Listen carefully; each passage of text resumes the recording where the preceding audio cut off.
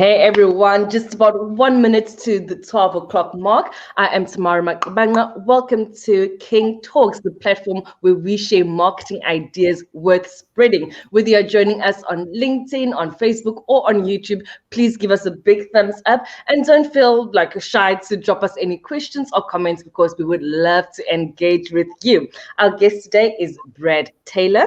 Brad is the founder and a digital strategist at Be Rad Be Digital. He has a diploma in hospitality administration and management, as well as a pre-MBA from the International Business Management Institute. His current skills and career, however, have been fostered by getting a number of certifications, including but not limited to a certificate in the fundamentals of digital marketing from Google, LinkedIn marketing, SEO for WordPress websites, the complete Facebook ads course, the complete copywriting course, as well as business development and B2B sales for startups. And these are all from Udemy. Brad's top skills include digital marketing, business consulting, social media marketing, email marketing, content marketing, lead generation, growth marketing, and advertising. And that is exactly why we brought him here today to talk about the 3 R's of value marketing. Brad, the virtual stage is all yours. Thank you, Tamara, and thank you for that awesome introduction. As you guys can probably tell, I'm a little bit addicted to Udemy and doing Udemy courses, but the best place to learn, so especially on a budget, they always have specials. So as Tamara said, I wanted to talk today something I'm really passionate about, and that's value marketing. Value marketing is something I have built my career on.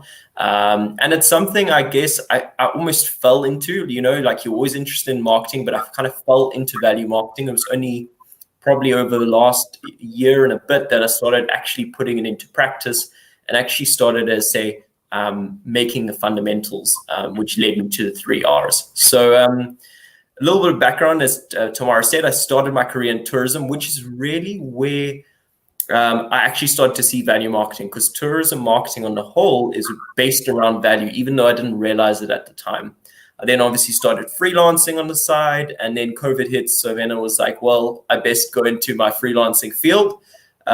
Started BRBD, and we've gone from strength to strength. I've just brought on 3 team members. So we're growing really quick, which is awesome.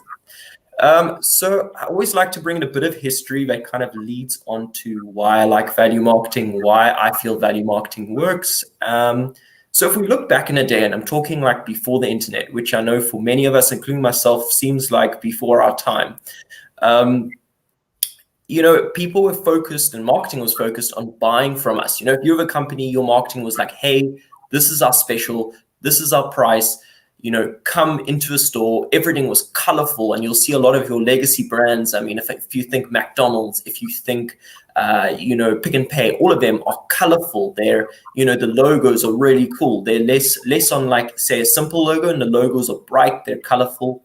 And why? That was the consumers. Consumers back in the day were less brand loyal, and they're more focused on price, and so, I mean, if I just take my parents, if I go shopping with my mom will go to 5 stores to look at the same pair of jeans before she buys one.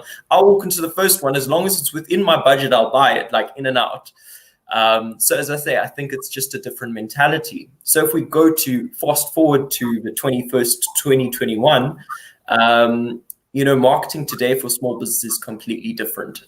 People are spoiled for choice. Consumers literally now, you can sit at home and you can order clothes and they can arrive within a few days' time. You can order from South Africa. You can order from, the US if you really wanted to. There's just so many, they're spoiled for choice, especially when you start getting into the online world.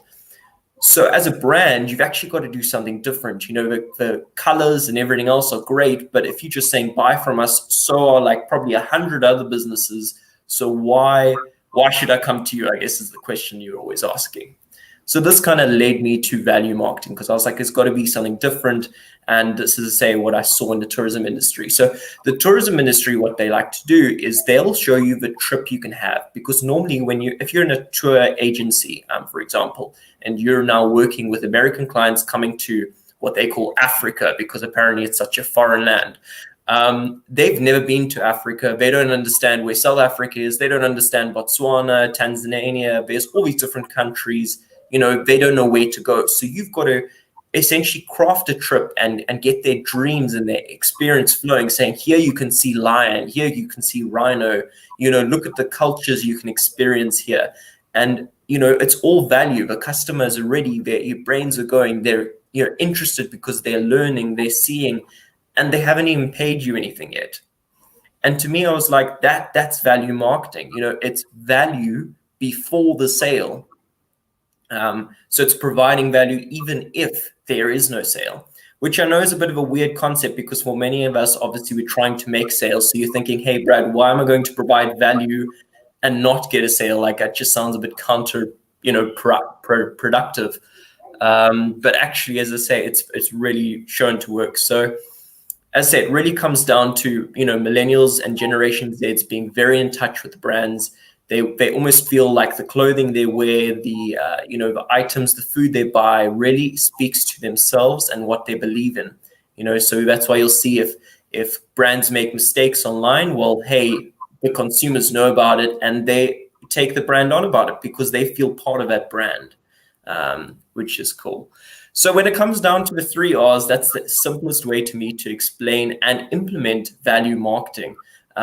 So first off, real.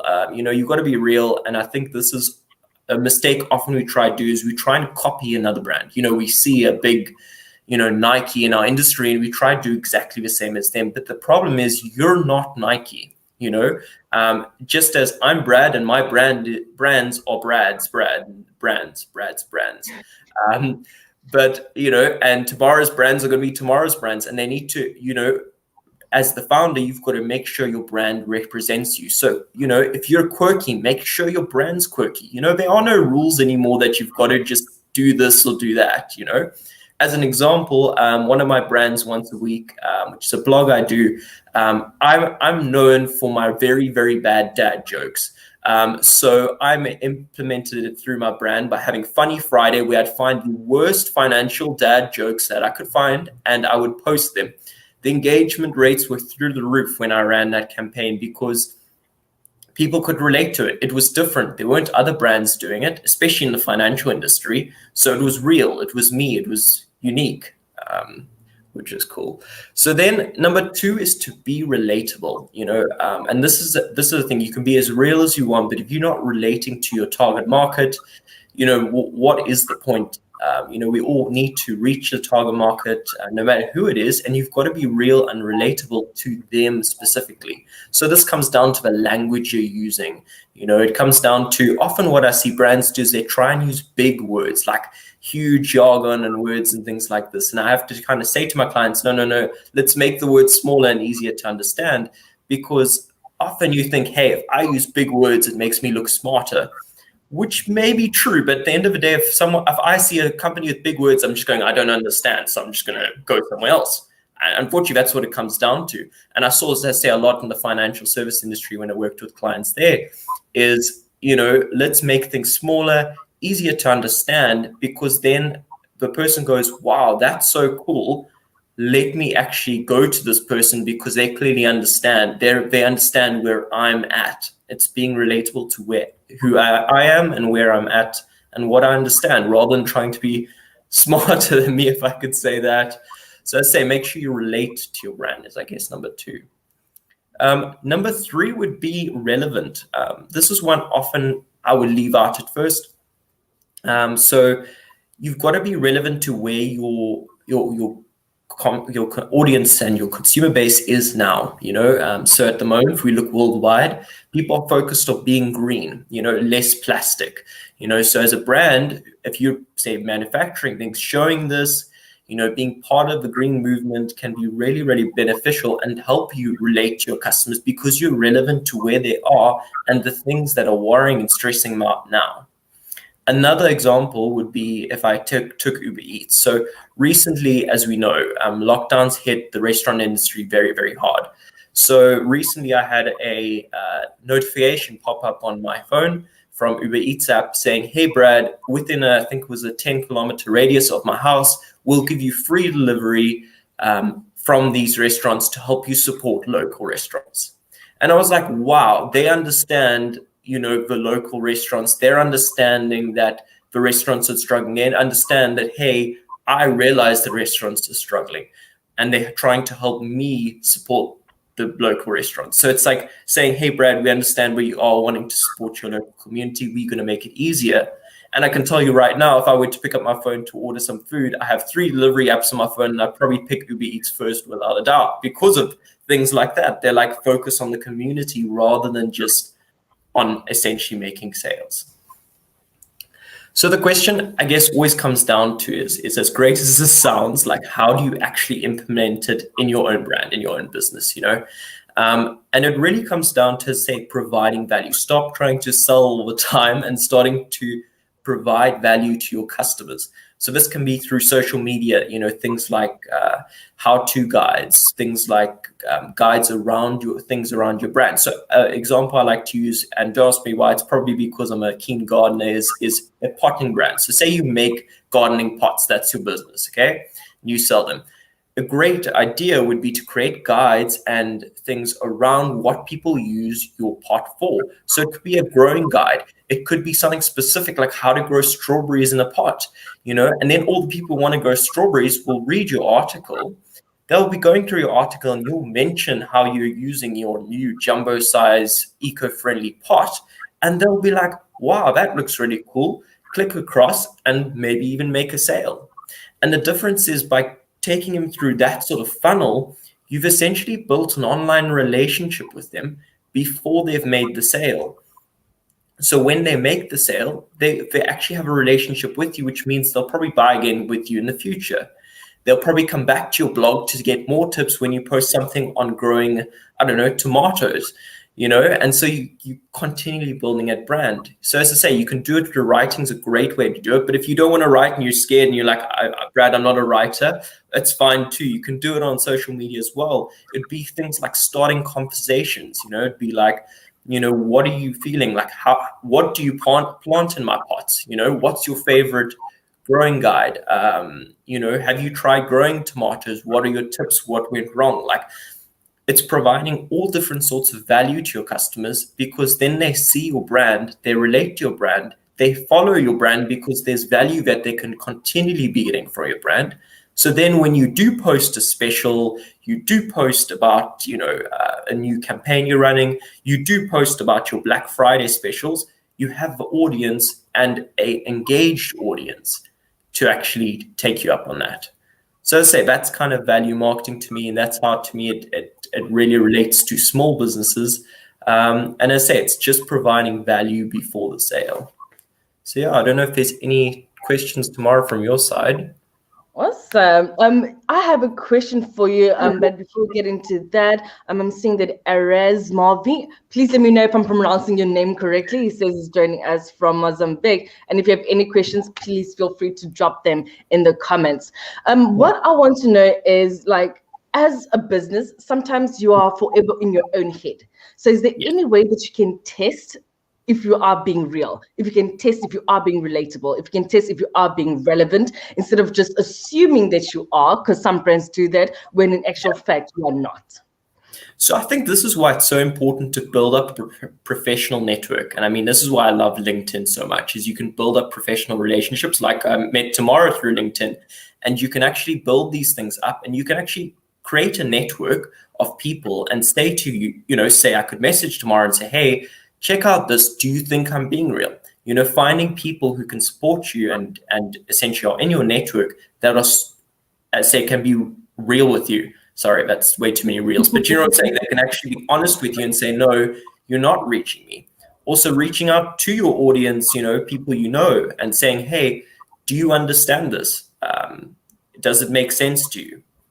Mm-hmm. So it's all about just testing and getting feedback, so to speak. And getting feedback. I wouldn't ask directly on your platform. So say on your business, say Instagram account, I wouldn't ask there, because people there, chances are they probably won't respond. I'd ask people you have a relationship with, be it personal, be it professional, and say, honest opinion, what do you think of this? And then say, get feedback that way.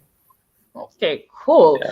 And like, what would you say would be as a small business owner, you do not have that much time on your hands. there's lead generation, and then there's value marketing. So like, how can you spend your time effectively on both of these items without getting overwhelmed? Yeah. So I think batching content's a great idea. So the great thing about value marketing is often it's not 100% time-based. Sometimes it is, especially if you want it to be relevant. But if you're creating things like guides, how to grow strawberries as my example, how to grow strawberries now in 2 weeks' time is essentially the same thing. So if you allocated, say, a day, sat down, planned out your entire month, you could do that. I'm not saying it's the best way to do it. Obviously, the shorter period you plan ahead sometimes can be the better for social media. But if you're trying to save time as a small business owner, and as you said, tomorrow, wearing many hats, that would be great. And then your lead generation, you can kind of allocate an hour or two every week to trying to get that done. Cool. One more question for you, Brad. So, like, when it comes to the brands that you've actually worked with, could you perhaps give us an indication of how much change value marketing has brought to their business? So let's say you're working with a brand that was not doing value marketing before, and then you started implementing it. What changes have you seen in their business? So I took over a Game Lodge a while back, and they were very focused and still on their main page. So they've got a number of game lodges. I took over one of them, and still on their main page, they're very focused on like, hey, buy from us, look how cool we are. On the flip side, I created and I started this Instagram page from basically zero. I think there were 10 followers when I took over. The follow count now is just over 300. We haven't run any ads on it. We haven't done anything else. And our engagement rate is just over 10%, which I don't have to tell you is really, really great from when you're starting, as a brand new brand. Now, if I compare this to we're getting basically as many, or if not more, likes than their main brand, and engagement. And the main brand has like 5,000 followers. So you can kind of see the difference there, that the followers we're getting are so engaged. Why? Because we started reaching out to and dealing with, for instance, cyclists, because they've got mountain bike trails, and we started posting about their mountain bike trails. So these guys are like, wow. And I mean, I'm a mountain biker. I looked at trails and I was like, wow, like I want to go, cycling, and then there's like a giraffe running. Like, who doesn't want to do that? So as I say, we started bringing out that sort of value, and as I say, it just up and up every month. It's crazy. Cool. One last question from my end. I don't see any questions popping through in the comment section. So you mentioned the fact that you're not running ads on that social media account, and this is something that I'm noticing with a lot of other marketers. Like, when it comes to value marketing and content creation, they focus more on getting organic reach and not on advertising. What is the thinking behind that? If you could, So first off, it's nice to explain that my original background when I started marketing was in SEO. And that's kind of still a lot of the focus on my business is organic search ranking on Google. So I like algorithms. So I kind of try and look at algorithms and work out how they work the best on things like Instagram, Twitter, LinkedIn as well. So I try and focus on that because I also feel like it's a lot cheaper for my brands, because I do try and, as I said to you earlier, aim for a lower cost section of the market when it comes to businesses. So if I'm going to chuck in ads, I need to start adding in, ad fees and all those sort of things, which does add a lot of cost to it. So that's kind of the main reason. I do run ads for some of my clients, and I will say that value marketing works really well into the strategy, because if you were, say, to post an article once again of buy from us all this really cool special, there is a chance I click on it if I'm interested in that special. But if I posted, for example, a article on the 4 things you didn't know about working on a super yacht, you're probably a lot more inclined, even if you weren't like looking at working on a super yacht. You come on, click through on that ad, read the actual article, and then you might actually want to work on a super yacht. So you almost can convert more people even through value marketing and running ads. Cool. Thank you so much for that. And thank you once again, Brad, for being here. Where can people reach out to you? So LinkedIn's a great place. So my LinkedIn tag's there, Brad Taylor. I think it's 18 I'm now. Otherwise, Instagram, The Real Brad Taylor. I hijacked that as soon as it became available. Those are the best places to contact me. And I say, reach out. I'm always keen to help businesses. And if you have any questions, send me a DM. I'm always happy to help. Awesome. Well, guys, please feel free to reach out to Brad. And just to wrap things up, is there anything else that you'd like to just mention?